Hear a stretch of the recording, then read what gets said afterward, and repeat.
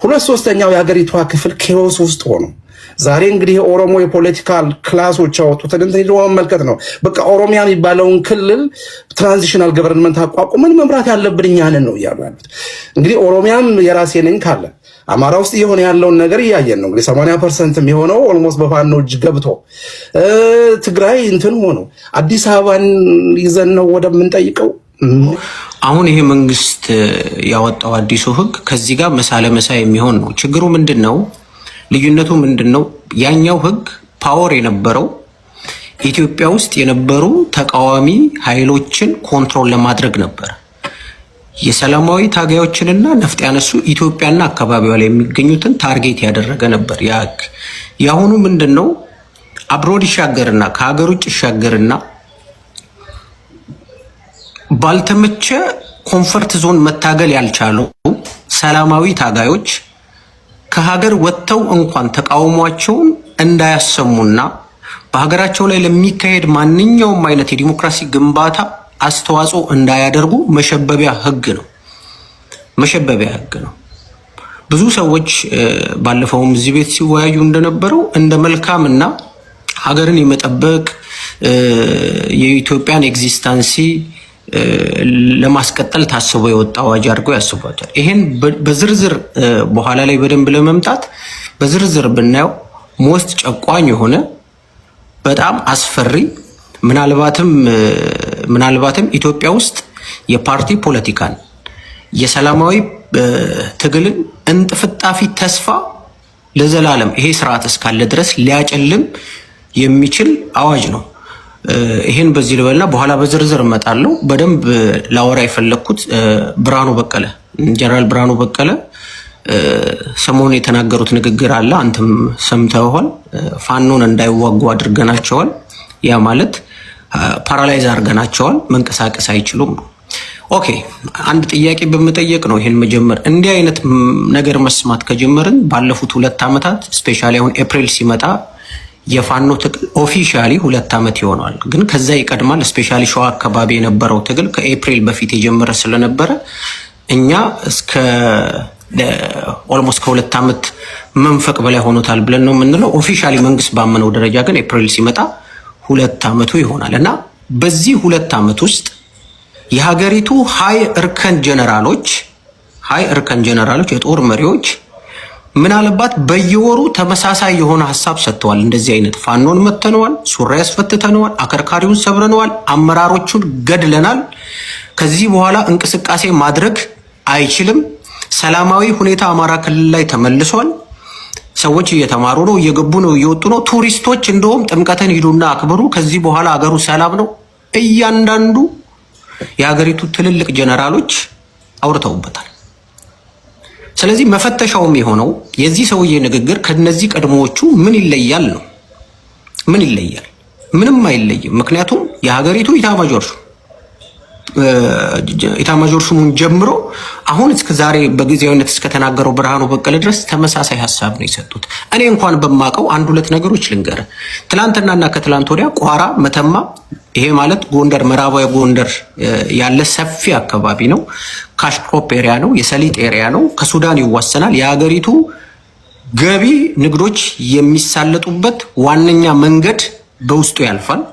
ከመተማ ባህር ዳር፣ አዲስ አበባ አድርጎ የሚወጣው ማለት ነው። ይሄ መንገድ ላይ ከፍተኛ ጦርነት the last 3 days ነበር። በርካታ የመከላከያ ኃይል አባላት አንፎርቹኔትሊ ተመተዋል። እኔ በማቀው በቅርበት በመከታተለው ጉዳይ ማለት ነው። ስለዚህ አንድን ታጣቂ ኃይል አንድን ነፍጥ ያነሳን ኃይል አዳክሜዋለሁ የምትለው መትቼዋለሁ የምትለው በመሰረታዊነት በአመራር በኮር አመራር ደረጃ የሚገኙ ኃይሎቹ ሲደመሰሱ ነው። አመራሮቹ ሲደመሰሱ ወይ ሲያዙ ነው ክሊርሊ። ምክንያቱም የትኛውም አይነት የጦር እንቅስቃሴ የሚመራው በመሪዎቹ ነው። ኦኬ፣ ጥያቄን ጠይቅ።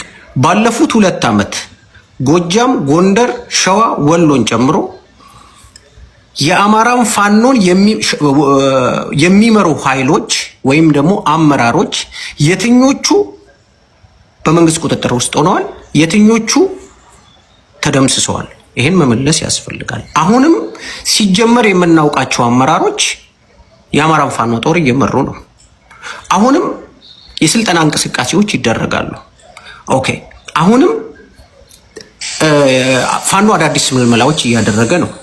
አሁንም ራሱን በጦር እያጠናከረ ነው። ይሄ ባልሆነበት ሁኔታ እነዚህ ሰዎች እንደተለመደው ፕሮፓጋንዳ በመንሳት እየተነሱ እንደዚህ ያደርገናል፣ እንደዚህ ያደርገናል፣ እንደዚህ ያደርጋል ፋኖን ኢስ ፕሮፓጋንዳ። ፕራክቲካሊ መሬት ላይ ያለው ግን ስቲል ጦርነት፣ ስቲል የድሮን ድብደባ፣ ስቲል ሆት የሆነ ሲቹዌሽን ነው ኦቨር ዴር ያለው። በኋላ እመጣለሁ ተመልሼ። ቴንክ ዩ።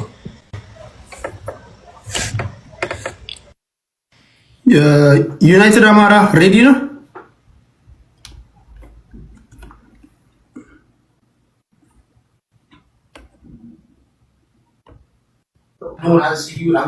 Okay, thank you, Teddy.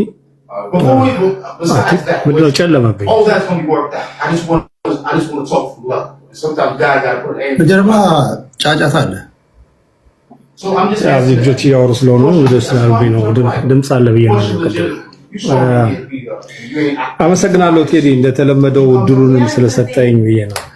ምናልባት እንግዲህ አንተም ቅድም እንዳነሳው ቦታ መቀየር ትችላለህ። ዩናይትድ አማራ ምናልባት ኦኬ እድሉ ስትልኝ ለእንትና በቀይር አንዳንዴ የልጆች አባት ስለሆነ ቤት ውስጥ ልጆች ይናገራሉ። ያን ከግምት ማስገባት አለባቸው። ቦታ እስኪቀየር ድረስ ወደ አማራ ስትሮንግ እንሄዳለን። ኦኬ ታንክ ዩ ቴዲ። ሰማለሁ አይደል? ሰማለሁ ቴዲ። ኦኬ ወደ አይ ቲንክ የመጀመሪያ ያነሳው የልደቱን ጉዳይ ነውና እንደው መጀመሪያ በልደቱ ጉዳይ ነገር ማለት ፈልጋለሁ። ልደቱን መከልከል ለምን አስፈለገ? ምልክቱስ ምንድነው? በልደቱ ላንስማማ እንችላለን። ፖለቲካውን ላንወደው የምንቃወመው ሰው ሊሆን ይችላል። ግን አንድ ሰው ሀገርህ አትገባም ሲባል ቴክኒካሊ እየተደረገ ያለው ሲቲዝንሺፑን ነው እየተቀማ ያለው፣ ዜግነቱን ነው እየተቀማ ያለው፣ ሰው የመሆን መብቱን ነው እየተነፈገ ያለው። አንድ ሰው ሲወለድ ሲኖር ልክ አየር እንደሚተነፍሰው ፀሐይ እንደሚሞቀው የሚኖርበት ምድርም ያስፈልገዋል አይደል? ሀገር ያስፈልገዋል። ምንም ጥፋት ሊያጠፋ ይችላል አንድ ሰው። የተወለደበትን ሀገር ሲቲዝንሺፕ ግን ሊከለከል አይችልም። የዛ ሀገር ሕግ በሚፈቅደው ልክ ሊዳኝ፣ ሊከሰስ፣ ሊቀጣ ይችላል። በሞትም ሊቀጣ ይችላል። ግን ምንም ጥፋት ሳያጠፋ ወይም ደግሞ ስለተቃወመ ብቻ ወደዚህ ሀገር አትመጣም ግን አይባልም። ያ የፈላጭ ቆራጭነት ዋናው መገለጫው ነው። ይሄንን ያደረጉ ዋና በዓለም ላይ ያሉ በጣም ኖቶሪየስ ዲክታተርስ የሚባሉት አዶልፍ ሂትለር መጀመሪያ ያደረገው ናዚ ውስጥ በጀርመን ውስጥ ያደረገው የጂዎችን ጀርመን ውስጥ ተወልደው ያደጉ ጀርመንን ሀገር ብለው የኖሩ ዜግነታቸውን ነው የነጠቀው። የአልበርት አንስታይንን ጨምሮ ማለት ነው። አልበርት አንስታይን የሚባለው በዓለም ላይ ታዋቂ የሆነው ሳይንቲስት ማለት ነው። ጆሴፍ ስታሊን፣ ሊዮን ትሮትስኪ የሚባሉ በራሻ ሪቮሉሽን ጊዜ ትልቅ ሚና የተጫወቱ ሰዎችን ሲቲዝንሺፓቸውን ቀምተዋል። ፍራንኮ የሚባሉት ስፔን ለ35 ዓመት ረግጦ የገዛ ዲክታተር፣ ሪፐብሊካን ስፓኒሽ የሚባሉትን እነሱን በሙሉ የዜግነት መብት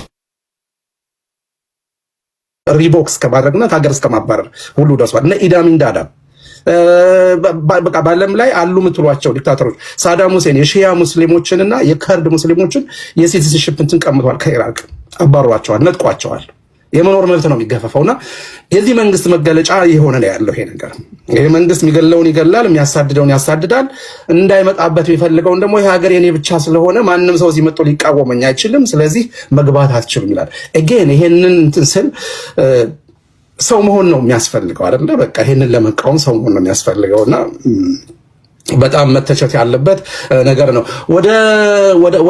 ወደ ኤርትራ ጉዳይ ወደ አነሳው ልሄድና ብዙ ነገር ያስፈልገዋል ይሄ ሀገር። ወደ ብቻ አይደለም ብዙ ነገር ያስፈልገዋል። ግን የፕራዮሪቲ ደግሞ የሚባል ነገር አለ አይደለ? አጣዳፊውና በጣም አስፈላጊው ነገር አሁን ለዚህ ሀገር ምንድን ነው? እንደ ሀገር መቆም ነው በመጀመሪያ። አይ ቲንክ ወደቡ መጦ እንደ ሀገር ማንቆም ከሆነ ምንም ጥቅም የለውም። እንደ ሀገር ስትቆም ነው ወደብ ራሱ የሚያስፈልጉህን ነገሮች በቅደም ተከተል ማስኬድ የምትችለው። መጀመሪያ ሀገር ሆነ የሀገር ቅርጽ ኖሮ በሀገሩ ሰላም አስከብረህ መኖር ስትችል፣ 2/3 የሀገሪቷ ክፍል ኬዎስ ውስጥ ሆኖ ዛሬ እንግዲህ የኦሮሞ የፖለቲካል ክላሶች ያወጡትን እንትን ሄዶ መመልከት ነው። በቃ ኦሮሚያ የሚባለውን ክልል ትራንዚሽናል ገቨርንመንት አቋቁመን መምራት ያለብን እኛ ነን ነው እያሉ ያሉት። እንግዲህ ኦሮሚያም የራሴ ነኝ ካለ አማራ ውስጥ የሆነ ያለውን ነገር እያየን ነው። እንግዲህ 80% የሚሆነው ኦልሞስት በፋኖ እጅ ገብቶ ትግራይ እንትን ሆኖ አዲስ አበባን ይዘን ነው ወደምንጠይቀው ምንድነው እያሰባሉት እነዚህ ሰዎች? የመጀመሪያው መመለስ ያለበት ጥያቄ ይሄ ጥያቄ ነው። ጦርነት ውስጥ እንገባለን አይመስለኝም። እዛ ላይ ሄዶ እንትን ማለት ብዙ ምን የሚያደርግ አይመስለኝም። ግን ከኤርትራ ጋር በተመለከተ እንደው ኤርትራን አንደኛ ኤርትራ ራሱን የቻለ ሀገር ነው።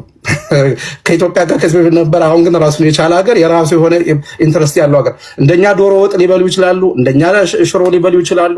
እኛ በነሳሚ ብርሃነ ዘፈን ልንጨፍር እንችላለን፣ እነሱ በቴዲ አፍሮ ዘፈን ሊጨፍሩ ይችላሉ።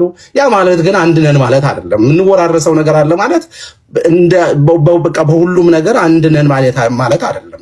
ካናዳና አሜሪካ ብዙ ሸር የሚያደርጉት ነገር አለ አይደለ? ቋንቋ፣ ባህል ምናምን ሸር ያደርጋሉ። ግን ደግሞ የተለያየ ኢንተረስት ያላቸው ሀገሮች እንደሆኑ ሰሞኑን የሚደረገውን ነገር እያየን ያለነው ይሄንን ማየትና ማክበር ያስፈልጋል። ስለዚህ ፖለቲከኞች ከትግራይ ጋር የሚያደርጉት ከኤርትራ ጋር የሚያደርጉት ማንኛውንም አይነት ግንኙነት መርህን መሰረት ያደረገ መሆን ያለበት እንጂ አብይ አህመድ 2018 ላይ አምጥቶ ይሱ ወዲ አፎ ምናምን እያለ ግርግር ፈጥሮ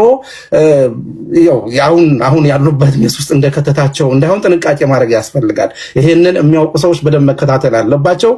ከባህር በር በፊት ዋናው መሰመር ያለበት ነገር ግን ከባህር በር በፊት ሀገር ይኖረን። ከባህር በር በፊት እንደ ሀገር እንቁም። እንደ ሀገር ሳንቆም የሚመጣ ሁሉም ነገር ምንም ጥቅም የሌለው ሌላ መስዋዕትነት፣ ሌላ ከዋናው ከመሰረታዊው ነገር የማፈንገጥ ነገር ሊሆን ስለሚችል ጥንቃቄ መደረግ ያለበት።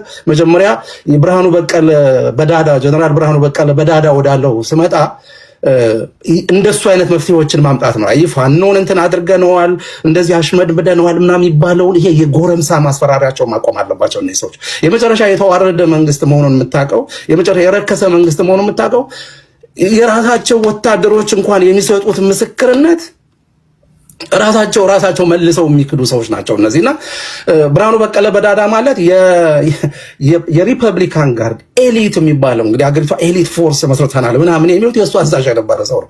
ያንን ይዞ ሸዋ ላይ ከከተመ ይሄ ሰው የረጅም ጊዜ ነው። ሸዋ ላይ እነ ሻለቃ መከታው እነ አርበኛ እስክንድር ሌሎችም ታዋቂ የሆኑ የፋኖ መሪዎች አሉ። ከአዲስ አበባ መጥቶ አይደለም እነሱን እልሃለሁ አንድ እንኳን ተራ የሆነ ፋኖ ይዘው ያሳዩን ነገር የለም። ስለዚህ እንደዚህ አይነት ኃይል ይዘህ የመራ አንዴ ከኤርትራ ጋር ገጥማለሁ፣ አንዴ ፋኖን አሽመድምጄዋለሁ ማለት እኔ ለማን እንደሚዋሹም አንዳንዴ ግራ ይገባኛል። ማን ነው የሚሰማቸው እነዚህ ሰዎች? አዲስ አበባ ያለ ሰው ነው የሚሰማቸው? ኦሮሚያ አሁን በቃ እኔ የራሴ ትራንዚሽናል ገቨርንመንት መስርቼ ሄጃለሁ ካለ አማራ ኦልሬዲ ፋኖን አቅፎ የፋኖን ትግል እያጣጣፈ ለማን ነው የሚዋሹት? ለማን ነው ይዋሹ ያሉትና ይሄንን ሰው መጠየቅ አለበት። የእውነት ይሄ ሰው የሚለውና መሬት ላይ ያለው እውነት ልክ ነው ወይ? ይሄን መንግስት የሚደግፉ ሰዎች አይ ቲንክ እንግዲህ እስካሁን አይተው ይሄንን መጠየቅ ካልቻሉ ከዚህ በኋላ የሚጠይቃሉ ብዬ አላስብም። ምክንያቱም ይሄንን መንግስት ለመጠየቅ በጣም ብዙ ምክንያቶች አሉ። ግን የማይጠይቁበት ደግሞ የራሳቸው ጥቅም ስላለ ቤኔፊት ስላለ እሱ እንደነካ ስለሚፈለግና የዛው የጥቅሙ ተጋሪ ስለሆኑ ይሄንን መንግስት ተሸክመው መሄድ ለነሱ በቃ እንደ ድል ነው የሚቆጠረው። ስለዚህ እንደዚህ የተዋረደ ስራ በሚሰራበት እንደዚህ በጣም የወረደ ህዝብ የሚጨፈጨበት ዜጎች ወደ ሀገራችሁ ተመልሳችሁ አትገቡም በሚባልበት 2/3ኛውን የሀገሪቱን ክፍል አጥቶ ተሻግሮ አሰብን እፈልጋለሁ የሚል መንግስት ባለበት ይሄ መንግስት ነኝ በሚል ኃይል ላይ እምነታቸውን የጣሉ ሰዎች ካሉ